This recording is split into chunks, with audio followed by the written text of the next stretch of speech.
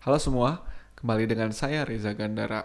Di video ini saya akan membahas apa itu product market fit dan kriteria apa saja yang dapat mendukung faktor tersebut.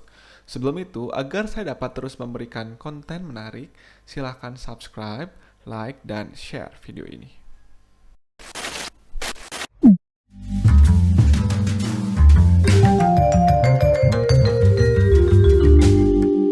Kita akan melanjutkan analisa retention dan bagaimana long-term retention dapat menentukan apakah ada user segment yang memiliki specific need, dan bagaimana produk kalian bisa memenuhi kebutuhan mereka sehingga terciptalah yang dinamakan product market fit. Product market fit adalah konsep yang fundamental. Memiliki product market fit berarti kalian membuat produk yang memenuhi kebutuhan pengguna pada spesifik market tertentu. Contoh, kalian membuat aplikasi untuk memudahkan pencatatan warung atau toko kelontong. Berarti market kalian adalah pedagang atau UMKM. Kalian bisa menggunakan beberapa kriteria untuk mengevaluasi produk market fit. Kalau saya, cenderung memilih long term retention, jadi di mana fase retention yang lebih stabil. Retention yang berada di fase stabil dan tidak menurun menandakan bahwa pengguna telah menemukan produk yang berguna dan menggunakannya secara rutin. Artinya, terdapat segmen pengguna yang memiliki kebutuhan spesifik dan produk yang kalian kembangkan itu memenuhi kebutuhan mereka. Tapi perlu diingat, tidak semua produk dapat memiliki long-term retention atau fase retention yang stabil. Untuk beberapa produk, hampir tidak mungkin mencapai fase retention yang stabil dan tidak menurun. Produk entertain secara umum, seperti aplikasi game, memiliki jangka hidup yang pendek karena perubahan market yang cepat dan banyaknya pilihan berdasarkan tren. Makanya kalau kalian bermain game, itu kadang muncul lagi versi yang lain dan pengembang juga terus memperbaharui gamenya dengan berbagai versi. Contoh lain, aplikasi dating. Kita nggak bisa mengukur suksesnya produk berdasarkan long-term retention. Kalau si pengguna menemukan pasangan yang tepat, kita akan hilang dua pengguna sekaligus. Kenapa? Karena mereka mungkin akan berhenti menggunakan aplikasi kalau goalnya sudah tercapai.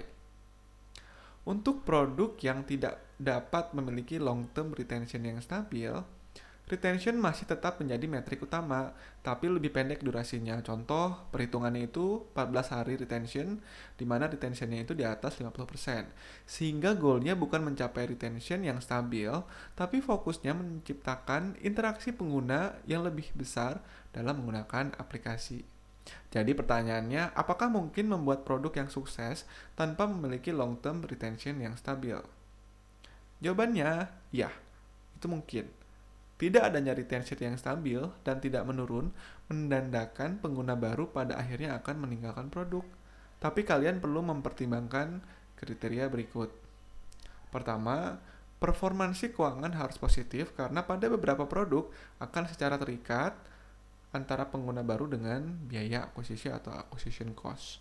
Makanya kenapa games sebagai contoh sangat bergantung pada kanal marketing yang efektif. Kedua, jika memilih matriks yang pertumbuhan penggunanya terus bertumbuh, karena akan sulit untuk tetap stabil jika kita berfokus untuk mengganti pengguna yang pergi dengan pengguna baru.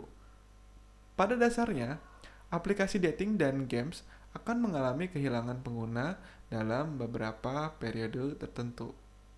Tapi bukan berarti aplikasi seperti Tinder atau Clash of Clans tidak sukses. Kalian harus tahu aplikasi tersebut itu memiliki bisnis yang sangat profit dan bernilai miliaran dolar. Kalian bisa cek berapa pendapatan mereka dalam 1 bulan terakhir melalui Sensor Tower.